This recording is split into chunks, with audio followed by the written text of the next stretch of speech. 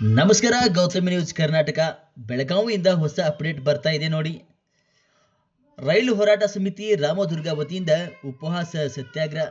ಹೌದು ವೀಕ್ಷಕರೇ, ಬೆಳಗಾವಿ ಜಿಲ್ಲೆಯ ರಾಯಭಾಗ ತಾಲೂಕಿನ ಸಾಮಾಜಿಕ ಹಾಗೂ ರೈಲು ಹೋರಾಟಗಾರರ ಮತ್ತು ನ್ಯಾಷನಲ್ ಹ್ಯೂಮನ್ ರೈಟ್ಸ್ ರಾಜ್ಯಾಧ್ಯಕ್ಷರಾದ ಶ್ರೀ ಬಿಹು ಬೈರೇಕದಾರ್ ಅವರ ರಾಮದುರ್ಗ ಪಟ್ಟಣಕ್ಕೆ ನೂತನ ರೈಲು ಮಾರ್ಗ ನಿರ್ಮಿಸುವಂತೆ ಸಾಕಷ್ಟು ಬಾರಿ ಸರ್ಕಾರಕ್ಕೆ ಮನವಿಯನ್ನು ಸಲ್ಲಿಸಿ ಪ್ರತಿಭಟನೆ ಮಾಡುತ್ತಾ ಬಂದಿದ್ದಾರೆ.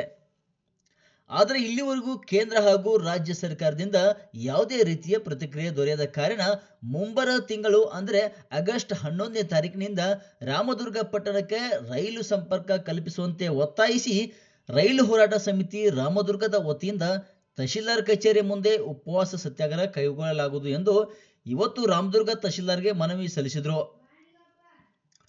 ಇದೇ ಸಂದರ್ಭದಲ್ಲಿ ರೈಲು ಹೋರಾಟಗಾರ ಸಮಿತಿಯ ಮುಖಂಡರಾದ ಸಿಎಸ್ ಹಿರೇಮಠ, ಶಶಿಕಾಂತ ನೆಲ್ಲೂರು, ಡಿಯಪ್ಪ ಹಾಜಿ, ದಾದಪೀರ್ ಕೆರೂರು, ನಿವೃತ್ತ ಶಿಕ್ಷಕರಾದ ಸುರೇಶ ಕಲ್ಲೂರು, ನ್ಯಾಯವಾದಿಗಳಾದ ರಾಜೇಶ್ ಹರ್ಲಾಪುರ್, ಪತ್ರಕರ್ತರಾದ ವೀರೇಶ ಬಳಿಗಾರ, ರಂಗನಾಥ ಮೂಲಿಮನಿ ಉಪಸ್ಥಿತರಿದ್ದರು.